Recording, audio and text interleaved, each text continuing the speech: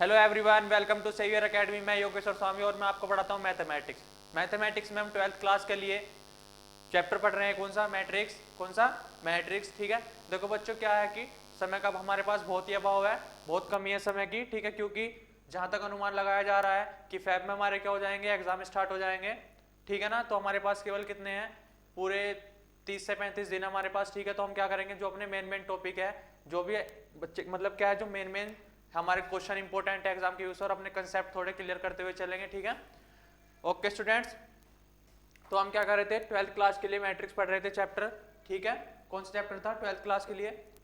Matrix, यानी कि आव्यूह। हिंदी में क्या कहते हैं, आव्यूह। आव्यूह में हम बात कर चुके हैं अपने पिछले लेक्चर्स में, प्रीवियस लेक्चर्स में हम बात कर चुके हैं किसकी, अपने मैट्रिक्स की। हमारी आव्यूह क्या होती है और टाइप्स ऑफ मैट्रिक्स की, आव्यूह के प्रकार।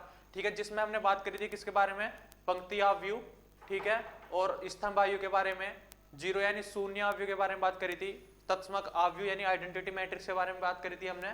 ओके स्टूडेंट्स, और यहाँ पे हमने क्या पढ़ा था, एक हमारी जो इंपॉर्टेंट मैट्रिक्स है, एक वे भी है, कौन सी, स्केलर मैट्रिक्स। कौन सी मैट्रिक्स है?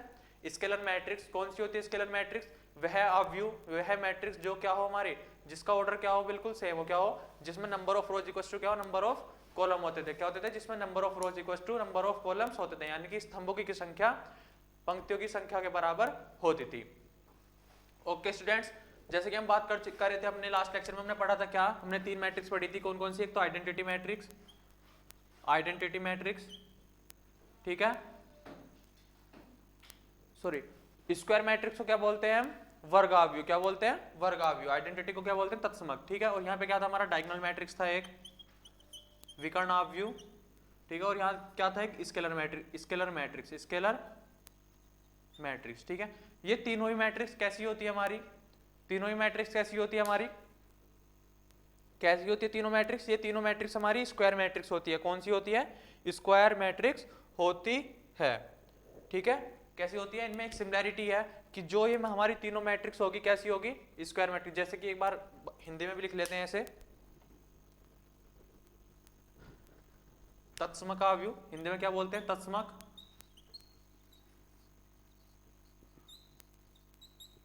आव्यूह। इसे क्या बोलते हैं? विकर्ण आव्यूह, विकर्ण आव्यूह। स्केलर मैट्रिक्स को क्या बोलते हैं? अदिश, अदिश आव्यूह, अदिश आव्यूह। Okay students, okay students. ठीक है, तो ये हमारी 3 मैट्रिक्स है, इनमें एक सिमिलैरिटी है, समरूपता है, जो कि क्या है, ये तीनों की तीनों कैसी मैट्रिक्स होती है? Square matrix. कैसी होती है? स्क्वायर मैट्रिक्स होती है। कैसी? स्क्वायर मैट्रिक्स, जिसे हम हिंदी में बोलते हैं क्या, वर्ग आव्यूह। क्या बोलते हैं? वर्ग आव्यूह। क्या बोलते हैं? वर्ग आव्यूह बोलते हैं जैसे हिंदी में। ठीक है, बात करते हैं कि इन तीनों में डिफरेंस क्या है, कि इन तीनों में हमारा डिफरेंस क्या है। बात करते हैं क्या होगा डिफरेंस।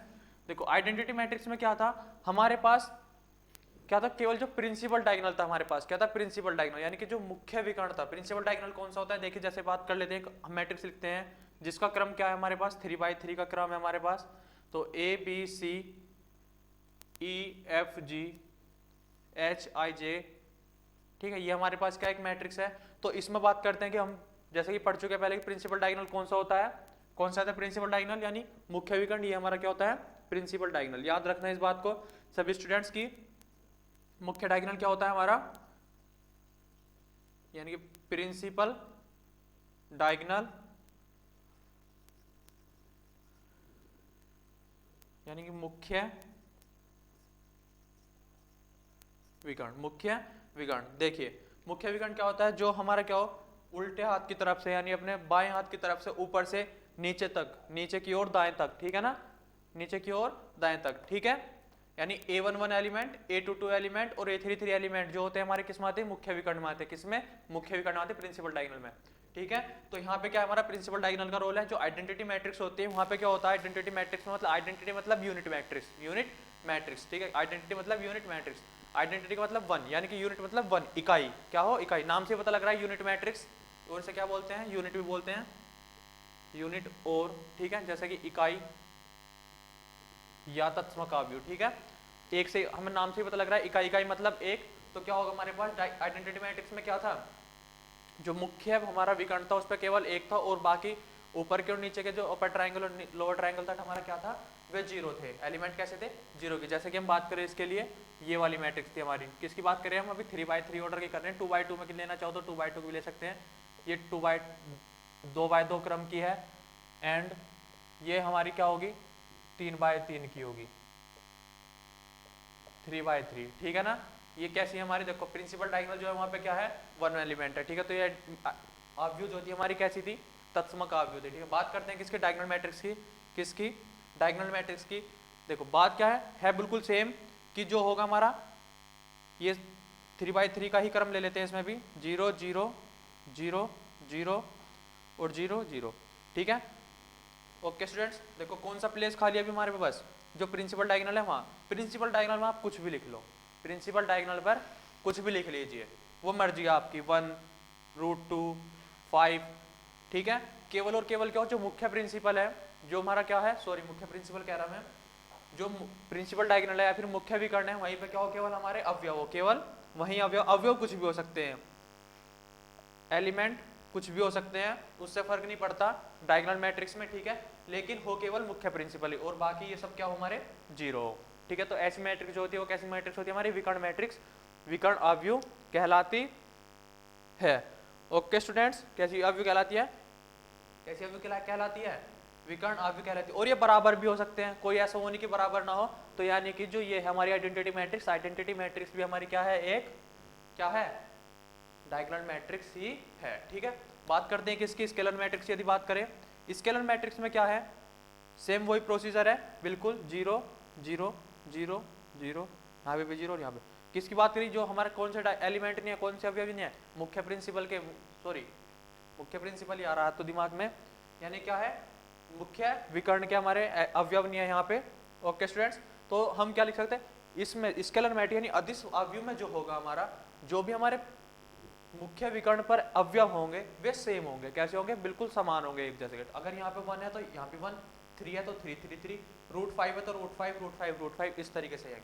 तो जैसे हमारे यहाँ पे क्या है, हमने लिया हमारा √6 है, क्या है √6, तो यहाँ भी √6 आएगा हमारा, और यहाँ भी √6 आएगा। तो ये क्या हुआ हमारा, क्या हुआ, ये स्केलर मैट्रिक्स होएगी, ठीक है। उम्मीद करता हूँ सभी को समझ में आया होगा। तो देखिए हमें यहाँ से क्या देखने को मिला, कि जो आइडेंटिटी मैट्रिक्स और स्केलर मैट्रिक्स होती है, यानी कि इकाई अवयव तथा अदिश अवयव जो है वे क्या है, डायगोनल यानी विकर्ण अवयव ही है, ठीक है। कैसी है, विकर्ण अवयव ही है। और इनमें तीनों में जो समरूपता क्या है, ये तीनों की तीनों कैसी है, स्क्वायर मैट्रिक्स। स्क्वायर मैट्रिक्स क्या होती है, जिनमें क्रम बराबर होता है, जिनमें क्रम बराबर होता है, सॉरी क्रम बराबर मत लिखो, ऐसे लिखो जिनमें क्या हो, पंक्ति बराबर क्या होती है, पंक्तियों की संख्या बराबर होती है, किसके, पंक्तियों की संख्या बराबर होती है किसकी, स्तंभों की संख्या के, स्तंभों की संख्या के, ठीक है। उम्मीद करता हूँ सभी को समझ में आएगा। वैसे हम अपने लास्ट लेक्चर में पढ़ चुके थे, फिर भी एक बार मैंने रिवाइज करा दिया इन सबको। अब बात करते हैं हम किसकी, उपअवयव की, यानी सब मैट्रिक्स की, किसकी, उपअवयव,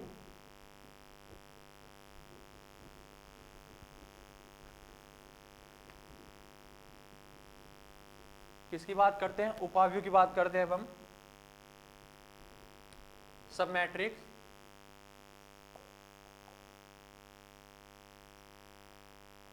सब मैट्रिक्स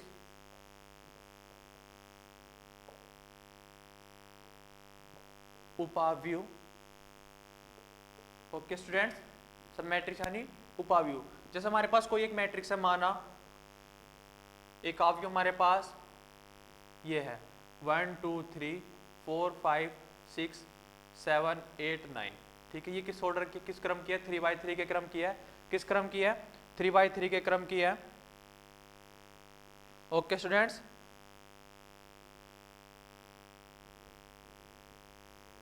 ठीक है। अब हम क्या करें, अब हम क्या करेंगे, यदि हम क्या करें, इस अवयव में से कोई कुछ एलिमेंट छोड़ दे, क्या करें, कुछ एलिमेंट छोड़ दे या कुछ एलिमेंट निकाल के एक अलग मैट्रिक्स बनाए, ठीक है। क्या अगर हम इस मैट्रिक्स में से कुछ अवयव निकाल के एक अलग अवयव बनाई जाए, जैसे कि हमने बनाया क्या, एक बी मैट्रिक्स बनाया, ठीक है। तो इसके एलिमेंट निकाल लो कहीं से भी, एक साइड से निकलेंगे, ऐसा नहीं कि एक यहाँ से निकाल लिया, यहाँ से निकाल लिया, नहीं, जहाँ से निकालेंगे बिल्कुल साथ के साथ एलिमेंट निकलेंगे, ठीक है, एक साथ बिल्कुल। तो हमने क्या करा, जैसे यहाँ से कुछ एलिमेंट निकाले, जैसे 1 2 4 5, 1 2 4 5, ये क्या हो गया, 2x2 का क्या बनाया हमने, मैट्रिक्स बना दी। क्या बनाया 2x2 का, 2x2 की क्या बना दी, एक मैट्रिक्स बनाई हमने, ठीक है, 2x2 की क्या बनाई, एक मैट्रिक्स बनाई। देखो बिल्कुल एक साथ निकाले हमने, कौन से, ये इस तरीके से, ठीक है, ओके स्टूडेंट्स, ठीक है ना। तो हमने क्या करा यहाँ पे, ये क्या होगी, इसकी उपावयु होगी, क्या होगी, उपावयु, क्योंकि ये जो इसमें अवयव है ये सारे किस में इंक्लूड है, किस में आ रखे हैं, ए में, या फिर ऐसा बोल सकते हैं जो भी बी के अवयव है, जो भी हमारे बी अवयव में जो भी अवयव है किससे लिए, हमने ए से लिए हैं, ठीक है। तो ये क्या होगी, हमारी उप अवयव होगी, ठीक है, कैसी होगी, उप अवयव होगी, कैसी होगी, उप अवयव, ठीक है। ओके स्टूडेंट्स, उम्मीद करता हूँ समझ में आया होगा, ठीक है ना। चलिए बात करते हैं किसकी, अब हो जाएंगे हमारे यहाँ से क्या, इसके क्वेश्चन स्टार्ट हो जाएंगे, ठीक है। बात अभी तक हम बात कर चुके हैं कि हमारी कौन सी मैट्रिक्स हमारी कौन सी होती है, क्या टाइप, कितने टाइप्स होते हैं, कैसी कैसी मैट्रिक्स होती है, अवयव क्या होती है, ठीक है ना, इन सब के बारे में बात कर चुके हैं। अब बात करते हैं किसकी,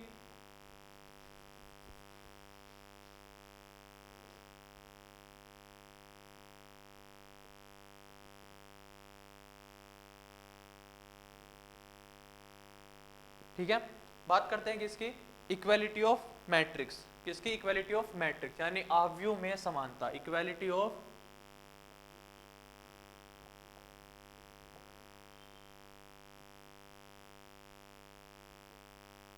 मैट्रिसेस लिखेंगे, क्या लिखेंगे, मैट्रिसेस, यानी कि एक से ज्यादा है, अगर सिंगल है तो मैट्रिक्स, और एक से ज्यादा हो तो क्या होगा, मैट्रिसेस हो जाएगा, ठीक है।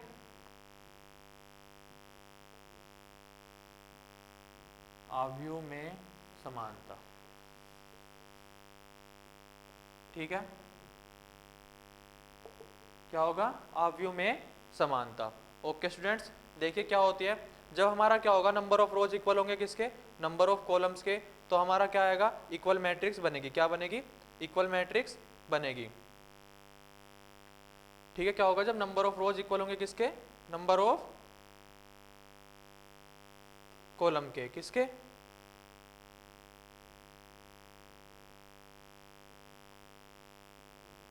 देखो दो पॉइंट है, हम दो पॉइंट से याद रख सकते हैं, या तो क्या हो, ये बोल दे कि number of rows equal to क्या हो, नंबर ऑफ कॉलम्स हो मैट्रिक्स में, ठीक है। तो अगर number of rows equal to number of columns बराबर होंगे तो वो हमारी क्या होगी, अभी हमारी क्या नहीं बनी, मैट्रिक्स बराबर नहीं हुई, ठीक है, मैट्रिक्स बराबर नहीं हुई, क्यों, जैसे हमारे पास क्या है, ये 1 2 3 4 है, और ये एक मैट्रिक्स है, इसका क्रम क्या है, 2x2 ऑर्डर, मतलब number of rows equal to क्या है, यहाँ पे क्या है, 2 रो है, 2 पंक्ति है, और 2 ही क्या है, स्तंभ है, ठीक है। तो 2x2 की मैट्रिक्स हो, जैसे यहाँ पे क्या है हमारे पास 5 6 7 8, ये भी क्या है, 2x2 का क्रम है हमारे, इसमें क्या है, 2x2, लेकिन जो इनके संगत अवयव है, इनके संगत अवयव जो है वे बराबर नहीं है, तो अभी क्या हुआ, इनमें समानता नहीं आई। तो हम यहाँ पे क्या करेंगे, दो बात नोट करेंगे, क्या करेंगे, दो बातें नोट करेंगे इक्वालिटी ऑफ मैट्रिक्स के लिए, यानी अवयव में समानता के लिए। एक तो क्या हो, जो फर्स्ट पॉइंट हो, number of rows equal to number of column हो, यानी स्तंभों की संख्या किसके बराबर हो, पंक्तियों की संख्या के बराबर हो, या फिर क्या बोल सकते हैं कि हमारे पास जो अवयव होगी उनका क्रम बराबर हो, क्या हो, उनका क्रम बराबर हो। फर्स्ट पॉइंट तो हमारा होगा।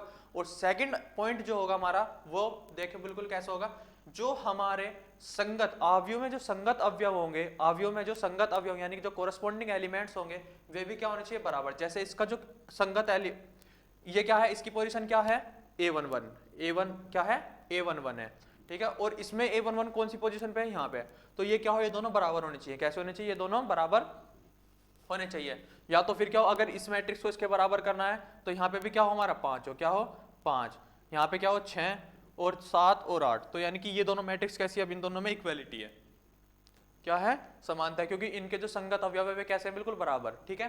संगत का कैसे पता लगा कि कौन सा किसके कोरस्पॉन्डिंग है, इसकी प्लेस क्या है, A11 है, पहली रो का पहला एलिमेंट, पहली रो और पहले कॉलम का पहले, यानी पहली पंक्ति तथा पहले स्तंभ का पहला अवयव, प्रथम अवयव, ठीक है। इसमें भी क्या है, पहली पंक्ति का पहले स्तंभ का प्रथम अवयव, ये क्या है, A12, यानी क्या है, पहली पंक्ति का दूसरे स्तंभ में पहली पंक्ति दूसरे स्तंभ का अवयव, ठीक है। ये क्या है, पहली पंक्ति दूसरे अवयव का स्तंभ, ये सब क्या हो, ये बराबर हो, ठीक है। जैसे हम पोजीशन दे सकते हैं A11, इसे बोलते हैं A12, इसे भी A12 बोलेंगे, इसे क्या बोलेंगे A21 A22, ठीक है, A21 और A22। ओके स्टूडेंट्स, तो ये होते हैं हमारे क्या संगत अवयव होते हैं, क्या होते हैं संगत अवयव होते हैं, ठीक है।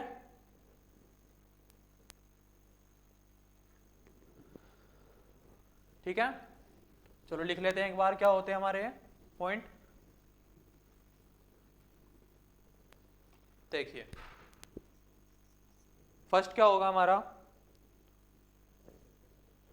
क्या होगा हमारे पास इक्वालिटी ऑफ टू मैट्रिक्स भी लिख सकते हैं, यानी दो अवयवों में समानता, या फिर इक्वालिटी ऑफ मैट्रिसेस।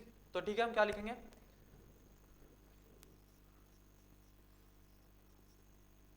अवयव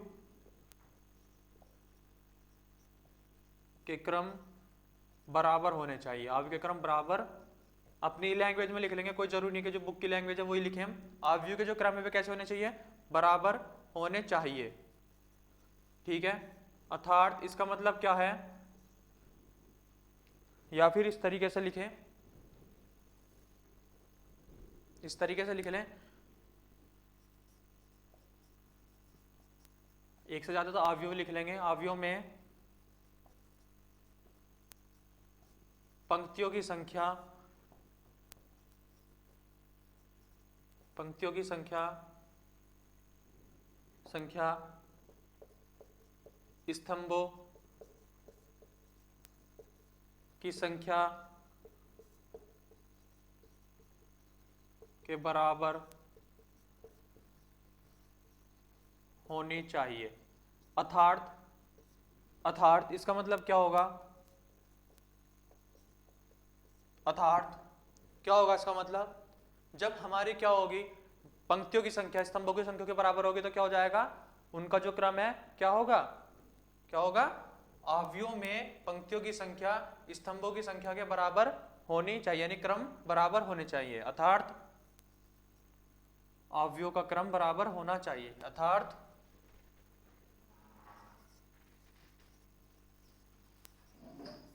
अवयवों का क्रम बराबर होना चाहिए। क्रम कैसा हो, बराबर होना चाहिए, ठीक है, कैसा क्रम हो, बराबर होना चाहिए। ओके स्टूडेंट्स, ठीक है, उम्मीद करता हूं समझ में आया होगा।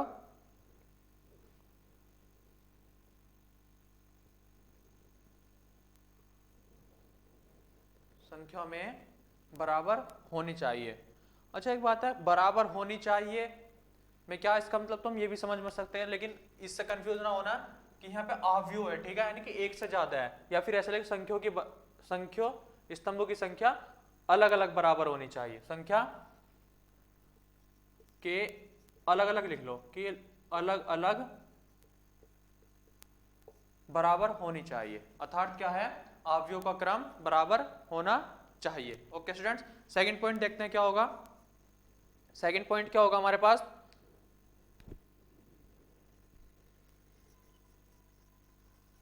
अवयवों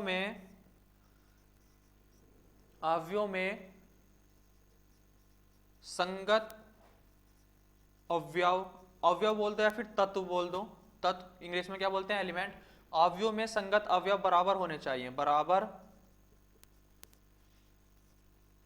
होने चाहिए, बराबर होने चाहिए। ओके स्टूडेंट्स, दो पॉइंट है इसमें, क्या हो हमारे पास जैसे दो मैट्रिक्स है तो दोनों मैट्रिक्स का क्या हो ऑर्डर, क्या हो क्रम बिल्कुल बराबर हो, ठीक है, तो वह मैट्रिक्स ऐसी होगी, एक तो क्या हो बराबर हो, दोनों का ऑर्डर क्या हो बराबर हो, ठीक है। और दूसरा पॉइंट क्या होना चाहिए, जो उनके संगत अवयव है, यानी हमारे क्या कोरस्पॉन्डिंग एलिमेंट जो है वे भी क्या होने चाहिए, बराबर होने चाहिए। तो हमारी मैट्रिक्स ऐसी होगी अवयव में समानता, यानी हमारी जो अवयव होगी हमारे पास वे हम उनमें क्या आ जाएगी, हमारी समानता आ जाएगी, ठीक है, अवयव में समानता।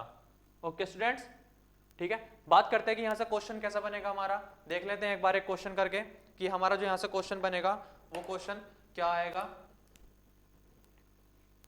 एग्जाम्पल के तौर पे देख लेते हैं, उदाहरण यहीं पे कर लेते हैं उदाहरण, ठीक है। उदाहरण एक क्या हो, यदि यदि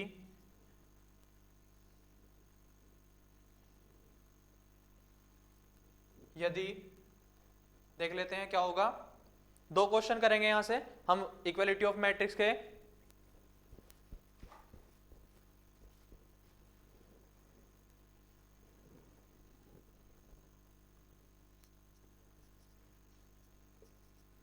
एक मैट्रिक्स हमारे पास ये है, और जो दूसरी मैट्रिक्स है वो क्या है हमारे पास,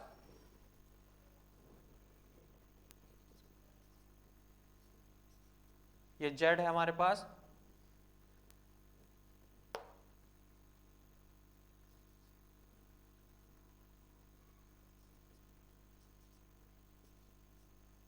ठीक है। यदि दो अवयव हमारे पास बराबर हो तो या फिर यहां लिख लिए एक्स वाई कोमा जेड का मान ज्ञात कीजिए, का मान ज्ञात कीजिए। यदि क्या हो, ये दोनों अवयव क्या हो आपस में बराबर हो, यदि ये दोनों अवयव क्या हो बराबर हो। अब हम बात कर चुके हैं अवयव में कि एक तो क्या हो, दोनों अवयव का क्या हो, जो हमारी दो हो तीन हो सबका क्या हो, क्रम बराबर हो, क्या हो, क्रम बराबर हो। देखो इन दोनों का क्रम बराबर है, इसका क्रम क्या है हमारे पास 2/2 का, और इसका भी क्रम क्या है हमारे पास 2/2 का है। ओके, दोनों का क्रम बराबर है। और जो सेकंड पॉइंट है उसमें क्या है, जो इनके संगत अवयव है भी क्या हो, बराबर हो। अब देखो हमारे पास यहाँ के यहाँ y है, y के यहाँ पे a11 एलिमेंट y है, तो यहाँ पे क्या 5 है, यहाँ पे z क्या है 3 है, ठीक है, x क्या है यहाँ पे 1 है, और देखो 7 है 7 और 7 के बराबर, यानी जो हमारा a22 एलिमेंट है, कौन सा a22 अवयव, ये कौन सा है a22 स्थान पर है, कौन से पर a22 स्थान पर है, ये दोनों क्या है बराबर है, तो संगत है। तो यहाँ से जब बराबर है तो ये भी सब कैसे होने चाहिए हमारे बराबर। तो यहाँ से अगर बात करें, हम तुलना करें, हल क्या है हमारे पास 5x 3 7 बराबर है किसके, y z एक साथ के, y z एक साथ के। तो तुलना करेंगे, जैसे तुलना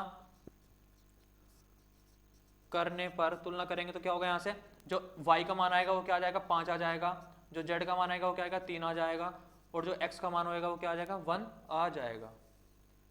ओके स्टूडेंट्स, x का मान जो होगा वो क्या आ जाएगा हमारे पास 1 आ जाएगा, ठीक है ना। ठीक है, अब देखिए जैसे हमारे पास y का मान 5 होगा, ये भी 5 ये भी 5, z का मान 3 होगा, ये भी 3 ये भी 3, x का मान क्या है हमारे पास 1 है, ये भी 1 और ये भी 1, और 7 और 7 है ही हमारे पास, ठीक है।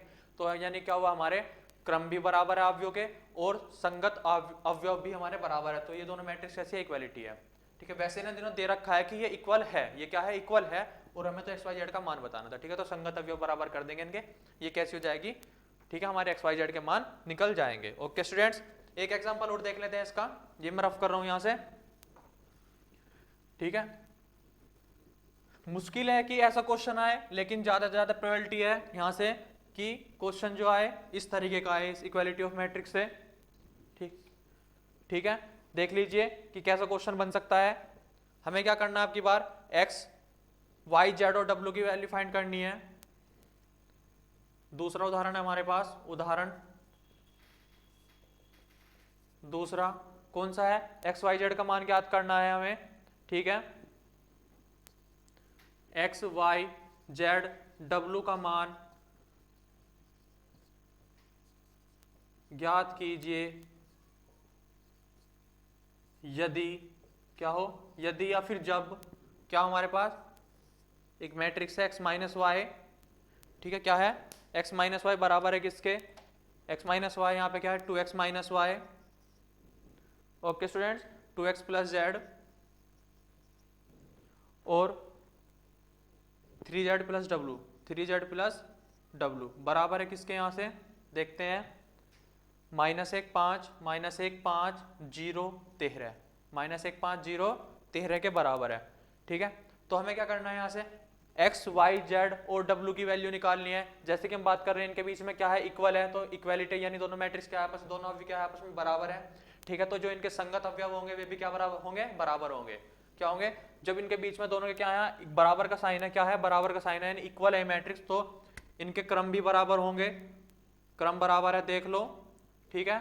और इनके संगत अवयव भी बराबर हैं, इनके संगत अवयव भी बराबर हैं, होंगे नहीं, हमें करने नहीं अब, ये बराबर है पहले से, क्योंकि मैट्रिक्स भी क्या है हमारी इक्वल है, मैट्रिक्स भी इक्वल है, ठीक है। ओके स्टूडेंट्स, तो बात करते हैं चलो हल की, कि इसका हल कैसे करेंगे सॉल्यूशन, ठीक है। क्या है हमारे पास दिया है क्या दिया हमारे पास, ये मैट्रिक्स दी है, लिख लेते हैं एक बार और, x माइनस वाई किसके बराबर है 2x प्लस जेड के बराबर है, यहाँ से 2x माइनस वाई किसके बराबर है 3z प्लस डब्ल्यू के बराबर है, 3z प्लस डब्ल्यू के बराबर है कौन, ये हुआ 0 13 के बराबर, ठीक है। दोनों तरफ तुलना करो, तुलना करने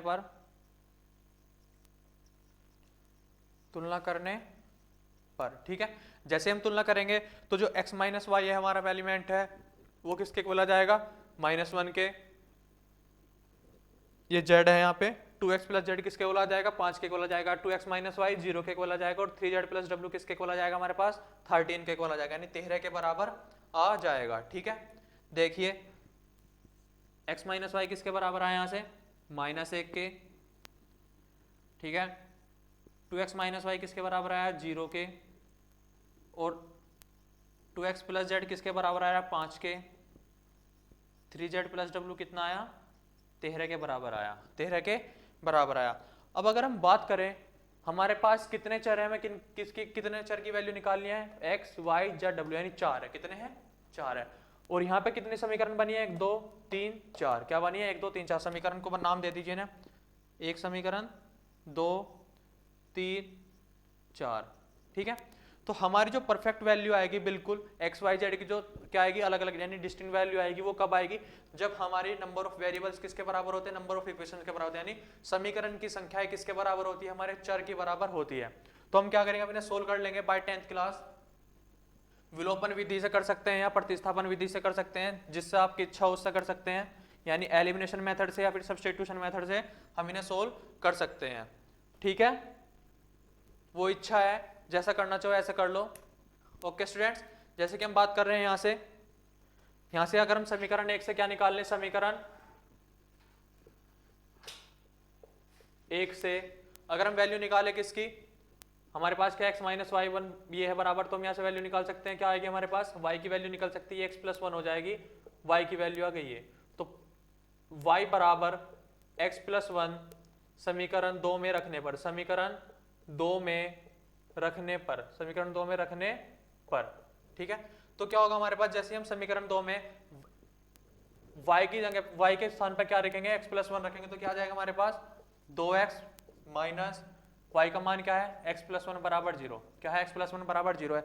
और हम सभी जानते हैं जब भी किसी ब्रैकेट के बाहर, जब भी किसी कोष्ठक के बाहर माइनस का साइन होता है, यानी कि ऋणात्मक चिन्ह होता है, तो हमारा क्या होगा, वो ब्रैकेट के अंदर के साइन चेंज कर देगा, ब्रैकेट के अंदर के साइन चेंज कर देगा, यानी कोष्ठक के अंदर के चिन्ह को जो है वो बदल देगा, जो प्लस का है उसे माइनस का कर देगा, और जो माइनस का उसे प्लस का कर देगा। तो क्या हो जाएगा यहाँ से 2x बराबर, दोनों प्लस के हैं तो कैसे हो जाएंगे, दोनों माइनस के हो जाएंगे, यहाँ से ये आ जाएगा, और 2x में से एक x गया, कितना बचा x, और ये 1 इधर प्लस का माइनस का इधर कैसे हो जाएगा, प्लस का, कितना हो जाएगा, प्लस का। तो यहाँ से हमारी क्या आ चुकी है, x का मान आ चुका है। अब हम क्या करेंगे, ठीक है, इसे समीकरण 5 बना लीजिए, यहाँ से x बराबर 1 समीकरण 5 में रखने पर, x बराबर 1 समीकरण 5 में रखने पर, समीकरण की इच्छा है आप कितनी बना सकते हो क्वेश्चन में, ठीक है। x बराबर 1 समीकरण 5 में रखने पर क्या आ जाएगा, y बराबर 1 प्लस 1, तो y का मान यहाँ से कितना आ गया, 2 आ गया, कितना आ गया, y का मान 2 आ गया। बात करें किसकी, हमारे पास किसकी वैल्यू बची, z की और w की, किसकी, z की और w की वैल्यू बची हमारे पास। तो जैसे कि हम बात कर रहे हैं यहाँ से, देखो समीकरण 3 जो है वो किस में है, x और z में है। यदि हम क्या करें, x का समीकरण 3 में x का मान रख दे तो केवल z में क्वेश्चन पहुंच जाएगा, किसमें, z में इक्वेशन पहुंच जाएगी। तो हम क्या कर सकते हैं, यहाँ से z का मान निकाल सकते हैं, तो यहाँ से रखेंगे समीकरण 3 में x बराबर 1 रखने पर, x बराबर 1 रखने पर तो क्या आ जाएगा, 2 गुना 1 प्लस z बराबर 5, तो क्या आ जाएगा, 2 प्लस z बराबर 5। तो जैसे ही 2 इधर प्लस का इधर आके कैसा हो जाएगा, माइनस में जाएगा, तो कितना आ जाएगा, 5 माइनस 2, और z की वैल्यू आ जाएगी हमारे पास यहाँ से क्या, 3, z की वैल्यू क्या है हमारे पास, 3 आ गई, क्या आ गई, z की वैल्यू 3 आ गई। तो अब हमारे पास क्या बचा, केवल w की वैल्यू निकालनी है। देखिए रिलेशन क्या दिया है हमारे पास, w और z में रिलेशन दिया है, और z की वैल्यू हमारे पास आ चुकी है, बस केवल हमें क्या निकालनी है, समीकरण 4 में हम z के स्थान पर क्या रख दे, 3 रख दे, तो क्या हो जाएगा हमारे पास, w के मान भी आ जाएगा। जैसे कि यहाँ रखेंगे अब हम